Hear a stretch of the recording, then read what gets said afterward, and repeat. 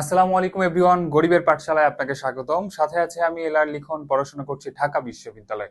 আজকে আমরা শিখব 2015-16 সেশনের ঢাকা বিশ্ববিদ্যালয়ে আসা এমসিকিউ এর পার্ট 2। এর আগে আমরা 17টা এমসিকিউ আলোচনা করেছিলাম এখান থেকে। আজকে বাকিগুলো আলোচনা করব। তো চলো শুরু করা যাক। দেখো, ঢাবি ভর্তি পরীক্ষা 15 পার্ট 2। এবং এখানে দেখো, চৈনিক পরিব্রাজক ফাহিয়েন বাংলায় আসেন যার সময়।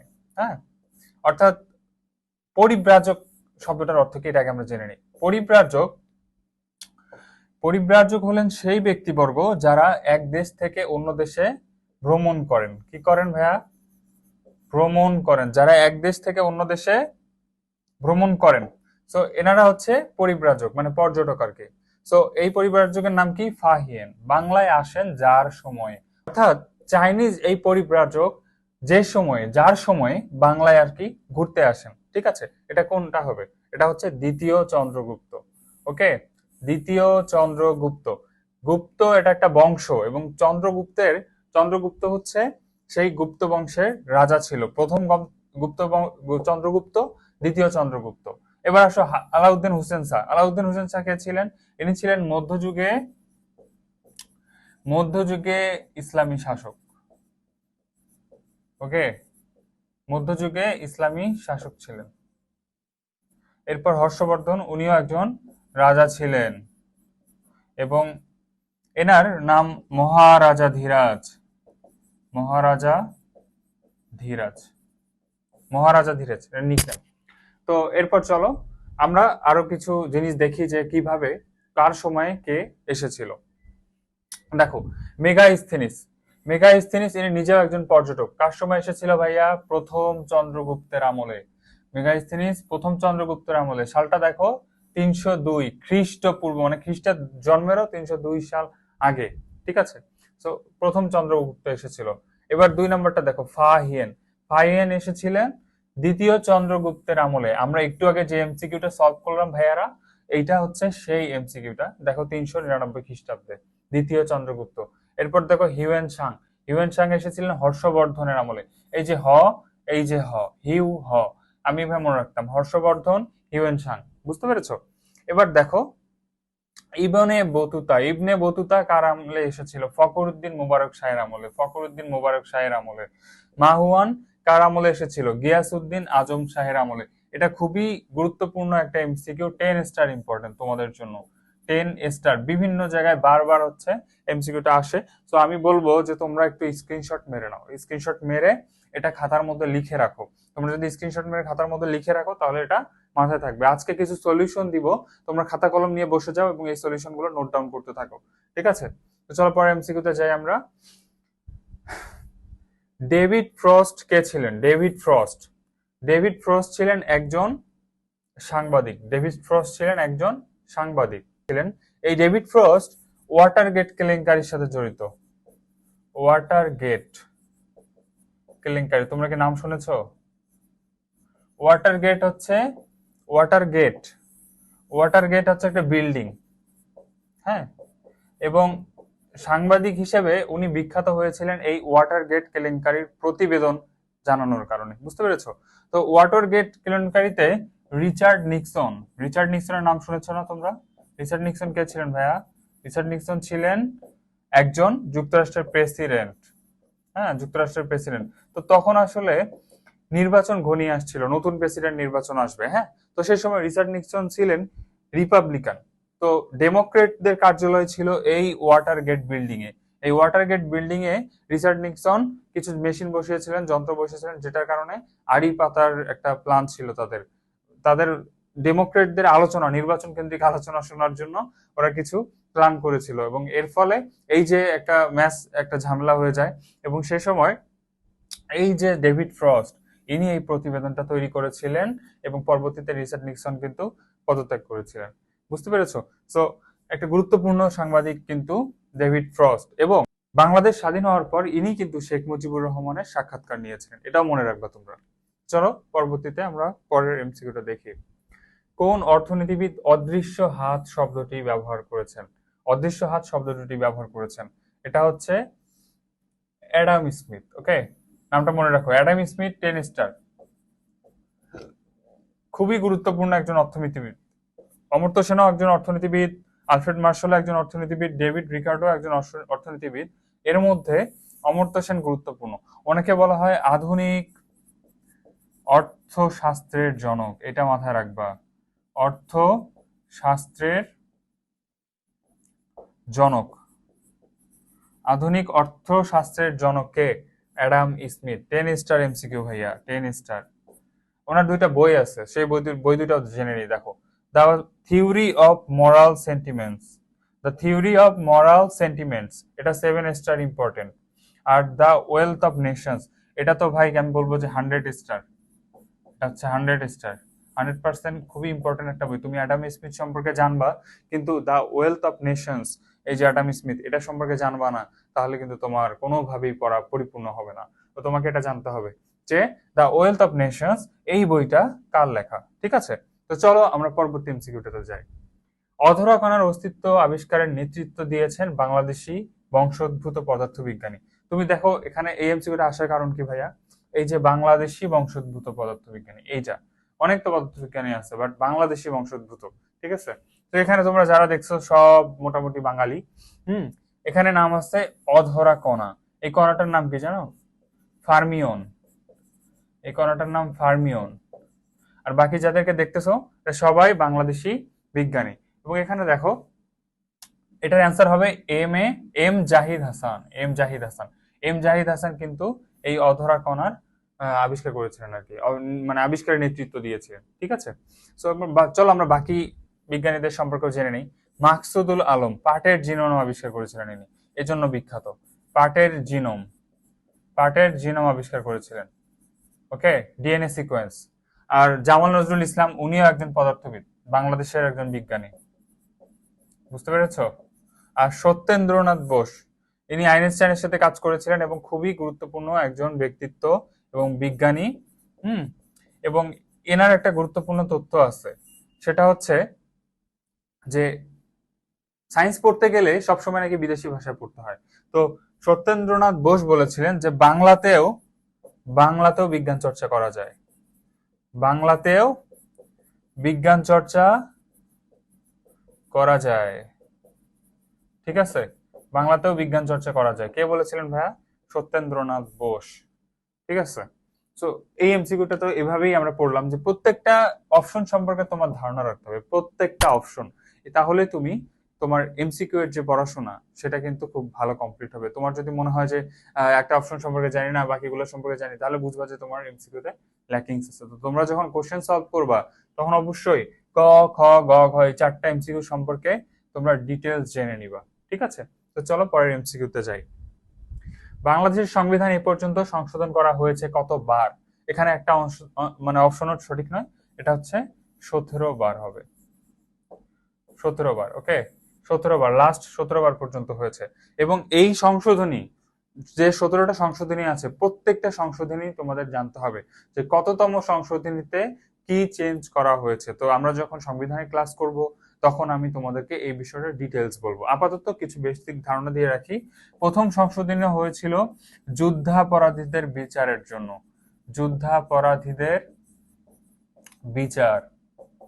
ওকে, আর শেষ মানে 17তমটা হয়েছিল 25 বছর বাড়ানো। কোনটা ভাইয়া? 25 বছর বাড়ানো আরো মেয়াদ। নারীদের জন্য যে 50টা এক্সট্রা আসন আছে, নারীদের জন্য যে 50টা এক্সট্রা আসন সংরক্ষণ করা আছে, সেটার মেয়াদ আরো 25 বছর পর্যন্ত বাড়ানো হয়েছে লাস্ট 17তম সংশোধনীতে। ঠিক আছে, এটা কিন্তু খুবই গুরুত্বপূর্ণ যে সংশোধনী, এটা হচ্ছে 10 স্টার। তোমরা অবশ্যই সংশোধনীগুলো জানার চেষ্টা করবা। ঠিক আছে, তো চলো আমরা পরবর্তী এমসিকিউ যাই। হিজরি সন কে প্রবর্তন করেন? হিজরি সন প্রবর্তন মানে কি? হিজরি ভাইয়া, এটা তোমরা হিজরি সন তোমরা জানো? হিজরি সন কিন্তু আরবের যে সাল গণনা পদ্ধতি, আরবে যেটা শুরু হয়েছিল সেটা কিন্তু হিজরি সন পদ্ধতি। এটা করেছিলেন হযরত ওমর রাদিয়াল্লাহু তাআলা আনহু।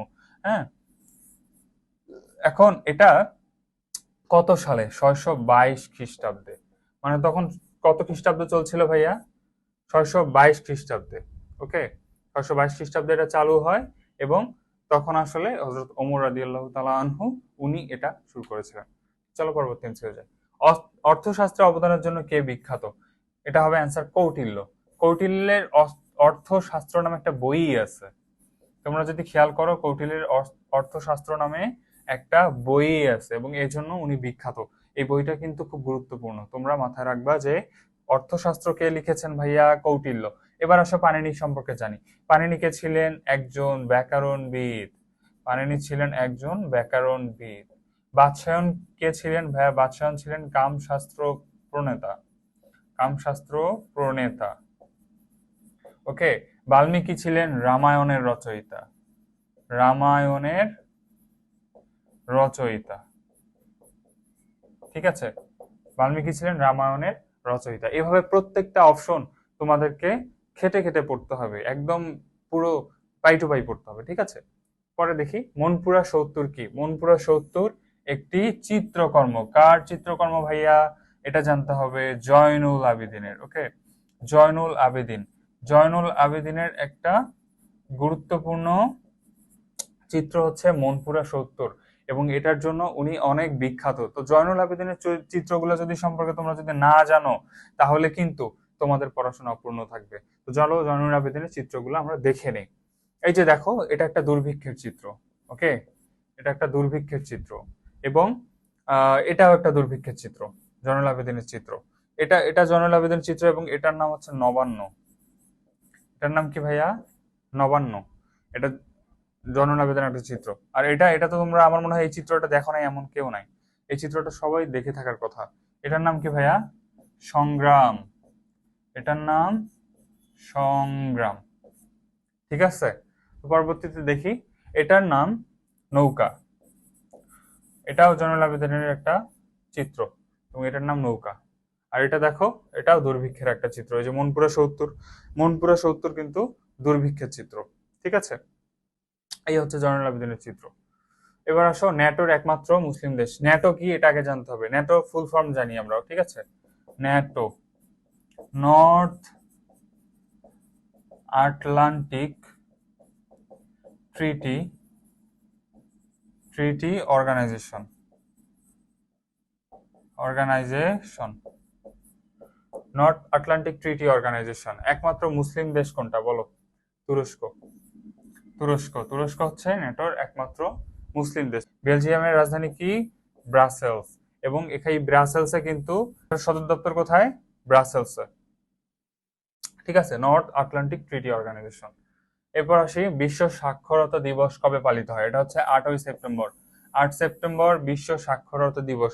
তো তোমরা যারা নিজেদেরকে শিক্ষিত মনে করো, স্বাক্ষর করতে জানো, তারা অবশ্যই 8 সেপ্টেম্বরটা মাথায় রাখবা ভাইয়া, সাক্ষরতা দিবস। তোমাদের এটা, তোমাদের জন্য একটা প্রাইডের দিন। ঠিক আছে, তো তোমরা এটা অবশ্যই 8 সেপ্টেম্বরটা মাথায় রাখবা।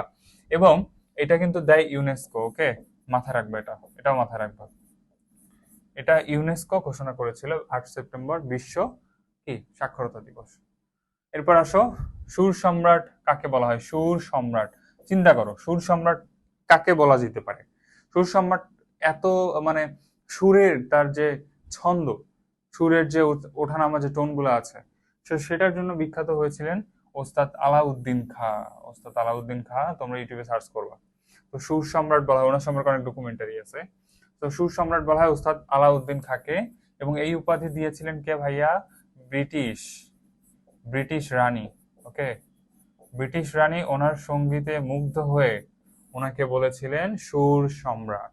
ঠিক আছে, মৌলিক দর্শন শাস্ত্র হিসেবে বিবেচনা করা হয় কোনটিকে? এটা হচ্ছে অধিবিদ্যা। মৌলিক দর্শন শাস্ত্র, খেয়াল করো। অধিবিদ্যার ইংলিশ ইংলিশ নাম কি জানো? মেটাফিজিক্স। তোমরা সম্ভবত মেটাফিজিক্স নামটাই বেশি শুনেছো অধিবিদ্যার চেয়ে, তাই না? কারণ মেটাফিজিক্স নামটা কি ভাইয়া? পশ নাম। এন্ড আমরা হচ্ছে এই পশ নামটা বলতে বেশি স্বাচ্ছন্দ্য বোধ করি। সো মেটাফিজিক্স, এখন বলা যায় যে ভাইয়া মেটাফিজিক্স আসলে কি জিনিস? মেটাফিজিক্স এই জিনিসটা আসলে অস্তিত্বের সাথে সম্পর্কিত, অস্তিত্বের সাথে। হ্যাঁ, ধরো আমাদের অস্তিত্ব, আমরা পৃথিবীতে কিভাবে আসলাম, আমরা পৃথিবী কিভাবে সৃষ্টি হলো, তারপর ধরো মানুষ কিভাবে সৃষ্টি হলো, মানুষের যে আচার আচরণ, অস্তিত্ব, এই সংক্রান্ত বিষয়গুলো নিয়ে অধিবিদ্যাতে আলোচনা করা হয়।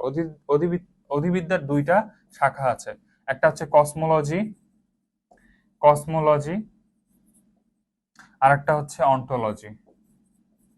অন্টোলজি। তো আমরা যখন মনোবিজ্ঞানের ক্লাসগুলো করবো বা এই সংক্রান্ত ইস্যুগুলো পড়বো, তখন কিন্তু আমরা এটা সম্পর্কে ডিটেলস আলোচনা করব। তোমরা জাস্ট জেনে রাখো, অধিবিদ্যা মেটাফিজিক্স এটা মৌলিক দর্শন শাস্ত্র হিসাবে কি করা হয়, মৌলিক দর্শন শাস্ত্র হিসাবে এটা আলোচনা করা হয়। আর হচ্ছে এটার দুইটা শাখা আছে, একটা হচ্ছে কসমোলজি, একটা হচ্ছে অন্টোলজি। কসমোলজি, অন্টোলজি, ঠিক আছে। চলো পরের স্লাইডে যাই।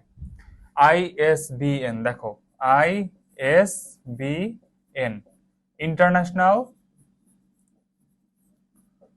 ইন্টারন্যাশনাল স্ট্যান্ডার্ড বুক নাম্বার। ইন্টারন্যাশনাল স্ট্যান্ডার্ড বুক নাম্বার, এটা হচ্ছে আইএসবিএন।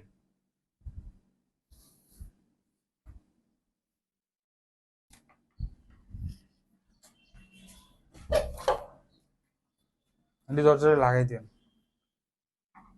ক্লাস নিচ্ছি তো, এটাও লাগাই দিন।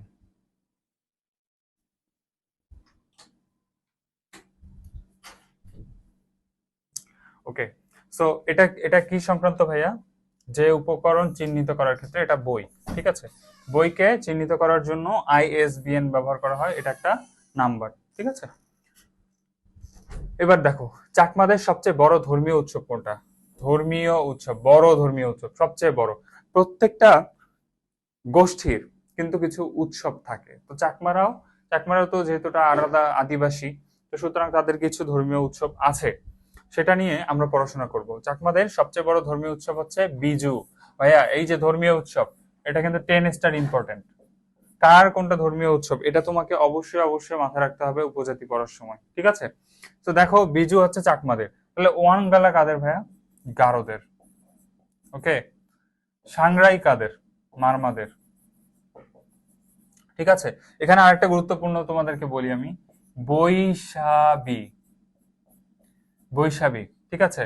এই বইতে হচ্ছে বৈশুক, সাথে হচ্ছে সাংরাই, আর এটা হচ্ছে বিজু। পার্বত্য চট্টগ্রামে মেইন মেইন যে উৎসবগুলো আছে তার তিনটা সমষ্টি করে বৈশাবী বলা হয়, হ্যাঁ। এখন কথা হচ্ছে ভাইয়া, বৈশুক কাদের আর সাংরাই কাদের, বিজু কাদের? বৈশুক হচ্ছে ত্রিপুরাদের, হ্যাঁ। আর সাংরাই মারমাদের, একটু আগেই বললাম। আর বিজু কাদের ভাইয়া? বিজু হচ্ছে চাকমা বা তঞ্চঙ্গা। ত চাকমা বা তঞ্চঙ্গাদের, এটা অবশ্যই 10 স্টার ইম্পর্টেন্ট, তোমরা অবশ্যই পড়বা। কোনটি প্রত্নতাত্ত্বিক স্থান নয়? প্রত্নতাত্ত্বিক স্থান নয়, চলো প্রত্ন মানে দেখি। প্রত্ন মানে প্রাচীন, ওকে। আর তত্ত্ব মানে কি? তত্ত্ব মানে বস্তু বা বর্তমান অবস্থা, বা ধরো বর্তমান না, এটা ধরো অবস্থা, ঠিক আছে, বস্তু বা অবস্থা। সো প্রত্ন, তত্ত্ব, এই দুটো কি জিনিস? তার মানে প্রাচীন কোন নিদর্শনকে বলা হচ্ছে প্রত্নতত্ত্ব, তাই না? প্রাচীন, অবশ্যই তাকে কি হতে হবে? প্রাচীন হতে হবে। তো এখন দেখো, ময়নামতি, ময়নামতি কোথায় ভাইয়া? কুমিল্লায়। তারপর মহস্থানগড় কোথায়? বগুড়ায়। পাহাড়পুর কোথায়? নওগাঁ। সুন্দরবন কোথায়? খুলনায়। কয়েকটা জেলা মিলে আর কি সুন্দরবন, তো জাস্ট খুলনা বললাম তোমাকে। এখন এখানে দেখো, প্রত্নতত্ত্ব নয় কোনটা? এটা হচ্ছে অবশ্যই সুন্দরবন। সুন্দরবন কি প্রত্নতাত্ত্বিক কিছু, অর্থাৎ নিদর্শন টাইপের কিছু, আদি নিদর্শন টাইপের কিছু না। সুন্দরবন বর্তমানে এক্সিস্ট করে এবং এটা একটা কি, বন। আর ময়নামতি, মহস্থানগড়, পাহাড়পুর এগুলো অতীত নিদর্শনের জন্য বিখ্যাত। সো ইজি অ্যান্সার, তোমরা জাস্ট একটু কমন সেন্স যদি খাটাও তাহলে তোমরা ইজিলি এটার অ্যান্সার করে ফেলতে পারবা। কোন দেশের দ্বিতীয় রাষ্ট্রভাষা বাংলা? এটা হবে সিয়েরা লিওন। মাথায় রাখো, সিয়েরা লিওনকে অবশ্যই অবশ্যই আমাদের মনে রাখতে হবে। প্রত্যেকবার ভাষা দিবসে তোমরা দেখবা যে সিয়েরা লিওনের কিছু আহ, আহ, একটা ভিডিওতে দেখানো হয় যে সিয়েরা লিওনের ছেলেমেয়েরা বাংলায় কথা বলছে, হ্যাঁ। দেখবা যে সিয়েরা লিওন তো নিগ্রো ওনারা, সো কিছু ছেলে মেয়ে, ছোট ছোট ছেলে মেয়ে দেখবা যে ভিডিওর মধ্যে আসে এবং ওখানে বাংলায় কথা বলে। এটা হচ্ছে সিয়েরা লিওনের দ্বিতীয় রাষ্ট্রভাষা কোনটা ভাইয়া? বাংলা, ঠিক আছে, এটা আমাদের জন্য অনেক কি সম্মানের বিষয়। এবার চলো, আসিয়ান সদস্য রাষ্ট্র নয় কোনটা? এটা হচ্ছে শ্রীলঙ্কা। শ্রীলঙ্কা আসিয়ান সদস্য রাষ্ট্র নয়। তো আসিয়ান সদস্য রাষ্ট্র কোনগুলো, এরকম কিন্তু প্রশ্ন হতে পারে। বিভিন্ন সংগঠনের সদস্য রাষ্ট্র নয় কোনটা বা সদস্য রাষ্ট্র কোনগুলো, সেগুলো কিন্তু তোমাদেরকে মাথায় রাখতে হবে। তো আসিয়ানের সদস্য রাষ্ট্র সম্পর্কে আমরা একটা ছোট্ট ট্রিক্স শিখবো। এমটিভি এর ফিল্ম দেখলে বিসিএস হবে না। ওকে, এটা অনেক ফানি একটা বিষয়। তো এটা মাথায় যদি রাখো তাহলে তোমরা ইজিলি মনে রাখবে। এমটিভি এর ফিল্ম দেখলে বিসিএস হবে না। হ্যাঁ, তো প্রথমে জেনে নিই আসিয়ানভুক্ত দেশ কয়টা ভাইয়া? 10টি। হ্যাঁ, আসিয়ানভুক্ত দেশ 10টি। কৌশল হচ্ছে এটা। তো দেখো, MTVFILMBCS এই শব্দ কয়টা, এই বর্ণ কয়টা ব্যবহার করা হয়েছে, এবং পাশাপাশি একটা দেশ আছে এমতে Malaysia Kuala Lumpur, Thailand Bangkok, Vietnam Hanoi, Philippine Manila. এগুলো কিন্তু ভাই রাজধানীর নাম দেওয়া আছে, তোমাদের সুবিধার্থে এগুলো আমি দিয়েছি যে যাতে তোমরা এটার সাথে রাজধানীটা পড়ে ফেলো। Indonesia Jakarta, Laos Vientiane, Myanmar Naypyidaw. হ্যাঁ, তারপর হচ্ছে এটা নাইপিদো হবে। এবং ব্রুনাই হচ্ছে বন্দর সেরি বেগোয়ান, কম্বোডিয়া হচ্ছে নমপেন, সিঙ্গাপুর সিটি। আর এগুলো হচ্ছে রাজধানী। এটা তোমাদের বোঝার সুযোগ। তোমরা যদি একটা স্ক্রিনশট মেরে খাতার মধ্যে লিখে রাখো তাহলে তোমরা খুব সহজেই পরবর্তীতে মনে রাখতে পারবা। এবার আসো আসিয়ানের ফুল ফর্ম। আসিয়ান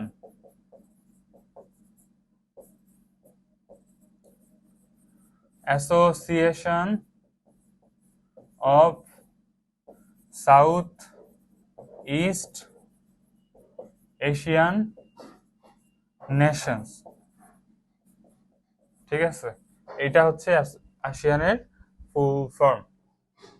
এরপর আসো, সম্রাট অশোক কোন বংশের শাসক ছিলেন? এটা হচ্ছে মৌর্য বংশ। সম্রাট অশোক কোন বংশের শাসক ছিলেন ভাইয়া?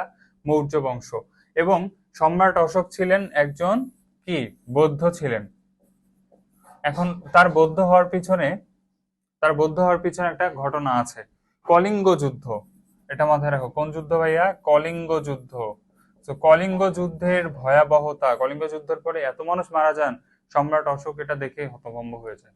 তখন তিনি শান্তির কথা, নীতির কথা তিনি গ্রহণ করেন নিজের জীবনে, এবং তিনি তার ধর্ম পরিবর্তন করে বৌদ্ধ ধর্মে রূপান্তরিত হন। আর এই যে দেখো, পাঠান, তারপর হচ্ছে গুপ্ত, পাল, এগুলো কিন্তু প্রত্যেকটাই এক একটা বংশ যেগুলো বাংলাকে শাসন করেছে। ঠিক আছে, তো তোমরা এটা মনে রাখো, সম্রাট অশোক মৌর্য বংশের সম্রাট ছিলেন, এবং তিনি কলিঙ্গ যুদ্ধের ভয়াবহতার পরে কি হয়েছিলেন? বৌদ্ধ ধর্মে রূপান্তরিত হয়েছে, বৌদ্ধ ধর্ম গ্রহণ করেছিলেন। ঠিক আছে, জাতিসংঘ বিশ্ববিদ্যালয় কোথায়? জাতিসংঘ বিশ্ববিদ্যালয় কিন্তু জাপানে, জাতিসংঘ বিশ্ববিদ্যালয়। হ্যাঁ, আর সার্ক বিশ্ববিদ্যালয় কোথায়? সার্ক বিশ্ববিদ্যালয় কিন্তু ভারতে। সার্ক বিশ্ববিদ্যালয় ভারতে, এটা মাথায় রাখো, দুইটা সাফেল করে ফেলিও না। সার্কের সদস্য কি? ভারত, তাই না? আর সার্কের সদস্য তো জাপান না, কিন্তু জাতিসংঘ জাপানে। এবং জাপানে জাতিসংঘ আসলে বিশ্ববিদ্যালয় দেওয়ার পেছনে আমার যেটা ব্যক্তিগত ধারণা, যে জাপানে কিন্তু তোমার পারমাণবিক বোমা হয়েছিল, তাই না? পারমাণবিক বোমা হামলা, হিরোশিমা হিরোশিমা আর কি নাগাসাকি, নাগাসাকি, এই দুটো অঞ্চলে কি হয়েছিল ভাইয়া? পারমাণবিক বোম নিক্ষেপ করা হয়েছিল, এবং এখনো ওই জায়গাগুলোতে বিকলাঙ্গ মানুষজন জন্মগ্রহণ করে, মানে তাদেরকে পারমাণবিক যে রিয়াকশনটা এত বেশি হয়েছিল। হ্যাঁ, তো এখনো মানুষজন ওটা নিয়ে ভুগতেছে আর কি। তো এটা মাথায় রাখবো, জাতিসংঘ বিশ্ববিদ্যালয় জাপানে। এটা একটা 10 স্টার প্রশ্ন, 10 স্টার প্রশ্ন। জাতিসংঘ বিশ্ববিদ্যালয় কোথায়? জাপানে, 10 স্টার প্রশ্ন। ঠিক আছে, এবার দেখো, আসাদের শার্ট কবিতার রচয়িতাকে? এটা হচ্ছে শামসুর রাহমান। তোমরা এখানে যাদেরকে দেখছো, সিকান্দার আবু জাফর ইনি একজন কবি, নির্মলেন্দু গুণ ইনি একজন কবি এবং এখনো বেঁচে আছেন। হ্যাঁ, আবু জাফর ওবায়দুল্লাহ ইনিও একজন কবি। তো আসাদের শার্ট কবিতার রচয়িতা কিন্তু শামসুর রাহমান। ঠিক আছে, এখন প্রশ্ন হচ্ছে ভাই, আসাদের শার্ট এটা কোন প্রেক্ষিতে এটা এমসিকিউ আসছে, বা কেন হচ্ছে এই কবিতাটা লেখা হয়েছে? তো 1969 সালের গণ অভ্যুত্থানে এই শহীদ আসাদ ইনি আন্দোলন করতে গিয়েছিলেন।